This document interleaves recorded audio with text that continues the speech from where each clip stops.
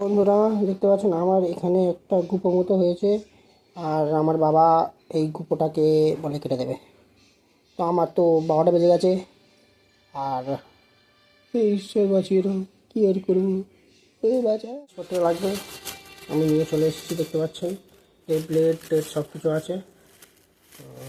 আমার বাবা এখন পুজো দিচ্ছে।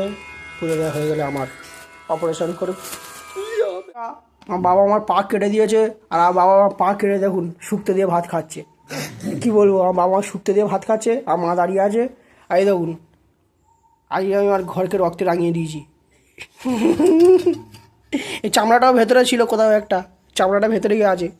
তো বন্ধুরা টাটার কী বলুন তো, পা ফেলতে বারণ করেছে, সেই কারণে খুঁড়িয়ে খুঁড়িয়ে হাঁটছে। মানে 1 ঘন্টা অন্তত আমার পা মাটিতে পড়লে হবে না, নাহলে ফের রক্ত বার হবে। সেই কারণে আমি এক পায়ে হাঁটছি। হ্যাঁ, জীবনে জ্বালা শেষ নেই। আর আর কি বলবো, টাটা, পড়ে যাচ্ছি।